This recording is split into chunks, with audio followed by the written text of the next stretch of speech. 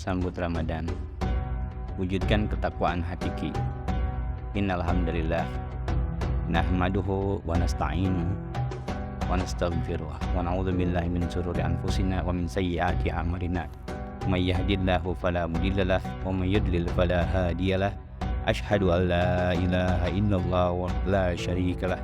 Syahadata ma huwa khairum maqama wa ahsanu nadiyan wa asyhadu anna sayyidana Muhammadan abduhu wa rasuluhu muttasimu bil makarimi kibaran wa sabiyya. Jamaah yang dirahmati Allah, tak terasa kita sudah memasuki bulan Ramadan. Nabi SAW menyebut Ramadan sebagai bulan penuh keberkahan, syahrun mubarakun. Qad ja'akum syahrul ramadana syahrun mubarakun kataballahu alaikum siyamuhu fihi taftahu abwabal jinan wa tughlaqu abwabul jahim wa tughallu fihi syayatinu fihi lailatun khairum min alfi syahrin man furima khairuha faqad furim. Telah datang kepada kalian Ramadan, bulan keberkahan. Allah telah mewajibkan kalian saum di dalamnya. Di bulan itu pintu-pintu surga dibuka, pintu-pintu neraka ditutup, dan setan-setan dibelenggu. Di bulan itu terdapat suatu malam yang lebih baik dari 1000 bulan. Barang siapa tidak memberikan kepadanya kebajikan pada malam itu, berarti diharamkan baginya segala rupa kebajikan. Hadis riwayat Ahmad, An-Nasai, dan Al-Baihaqi dari Abu Hurairah. Maka sungguh rugi orang yang menyia-nyiakan bulan yang agung ini. Bagaimana sabda Nabi SAW, "Raghima anfu rajulin dzukirtu indahu falang tusalli alayya wa raghima anfu rajulin dakhala alayhi ramadana thumma ansalafa qabla an yughfara lah." Sungguh rugi seseorang yang ketika namaku disebut di sampingnya tetapi dia tidak bersolawat atasku. Sungguh rugi seseorang yang bertemu dengan Ramadan lalu Ramadan berlalu darinya sebelum dosa-dosanya tidak diampuni. Hadis riwayat Tirmizi. Jamaah yang dirahmati Allah, maka bulan Ramadan merupakan kesempatan berharga yang ditunggu-tunggu oleh orang-orang yang beriman kepada Allah dan ingin meraih ridhonya. Sehingga kaum muslimin sudah seharusnya menyambut tamu agung tersebut dengan sebaik-baiknya. Imam Ibnu Rajab menyebutkan, bagaimana mungkin orang yang beriman tidak gembira dengan dibukanya pintu-pintu surga? Bagaimana mungkin orang yang pernah berbuat dosa dan ingin berbuat serta kembali kepada Allah Ta'ala tidak gembira dengan ditutupnya pintu-pintu neraka? Dan bagaimana mungkin orang yang berakal tidak gembira ketika para setan dibelenggu? Oleh karena itu, jangan sampai kesempatan Ramadan ini berlalu sia-sia. Raih keutamaan Ramadan, yakni dilipat gandakan pahala amal saleh dengan sungguh-sungguh. Perbuatan amal ibadah dengan agenda-agenda yang telah tersusun. Apakah tadarus Al-Quran, sholat sunnah, sedekah, zakat, i'tikaf, qiyamul lail, amal ma'ruf nahi munkar, dan aktivitas taqarrub lainnya.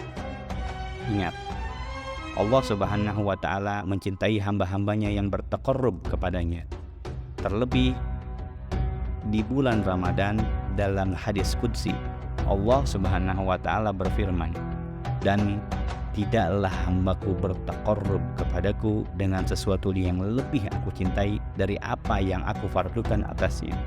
Dan hambaku terus bertaqarrub kepadaku dengan amal-amal nawafil hingga aku mencintainya." Hadis riwayat Al-Bukhari, Ibnu Hibban, dan Al-Baihaqi. Hadis ini menjelaskan bagaimana bertaqarrub yang lebih disukai oleh Allah, yaitu dengan melaksanakan apa yang diwajibkan dan melengkapinya dengan amalan-amalan sunnah. Tentu amal-amal fardu harus diprioritaskan. Ingat, hajar Ibnu Hajar al-Asqalani menyatakan di Fathul Bari, sebagaimana ulama besar mengatakan bahwa siapa yang fardu lebih menyibukkan dia dari nafilah atau amalan sunnah, maka dimaafkan. Sebaliknya, siapa yang nafilah menyibukkan dia dari amal fardu, maka dia telah tertipu. Jamaah yang dirahmati Allah, hikmah diwajibkannya kita berpuasa adalah agar kalian bertakwa.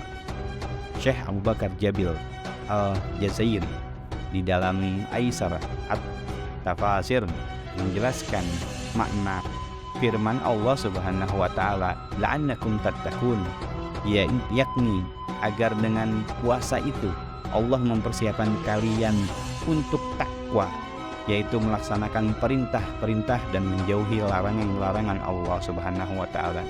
Al-Jazairi Aisar At-Tafasir 1/80. Melaksanakan perintah Allah dan meninggalkan larangannya itu dilaksanakan karena kesadaran jiwa dan akal. Maka pelaksanaannya memerlukan pengetahuan syar'i akan halal dan haram. Karenanya, takwa bisa juga dimaknai dengan kesadaran akal dan jiwa serta pengetahuan syar'i terhadap wajibnya mengambil halal dan haram sebagai standar bagi seluruh aktivitas, lalu merealisasikannya secara praktis amali di dalam kehidupan.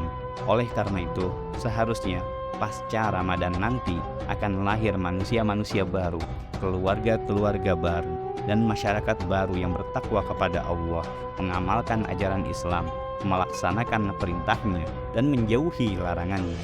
Bukankah ketakwaan yang diperintahkan oleh Allah tidak hanya bersifat individual? Apa maknanya? Pribadi baik tapi hidup dalam masyarakat yang mengingkari syariat Allah Subhanahu wa taala. Walhasil, semoga Ramadan ini menjadi pemicu bagi kita kaum muslimin mewujudkan ketakwaan hakiki, yakni menerapkan syariah Islam secara kafah dalam seluruh aspek kehidupan individu, keluarga, masyarakat, dan negara. Inilah wujud keimanan dan ketakwaan yang sebenarnya. Walau anna ahlil qura amanu wattaqaw la fatahna alaihim bibarakatim minas sama'i wal walakin kadzabu fa akhadnahum bima kanu yaksibun. Jika sekiranya penduduk negeri-negeri tersebut beriman dan bertakwa, pastilah kami akan melimpahkan kepada mereka berkah dari langit dan bumi. Tapi mereka mendustakan ayat-ayat kami itu, maka kami siksa mereka disebabkan perbuatannya. Semoga Ramadan kali ini menjadi pintu terbukanya keberkahan bagi negeri ini. Amin.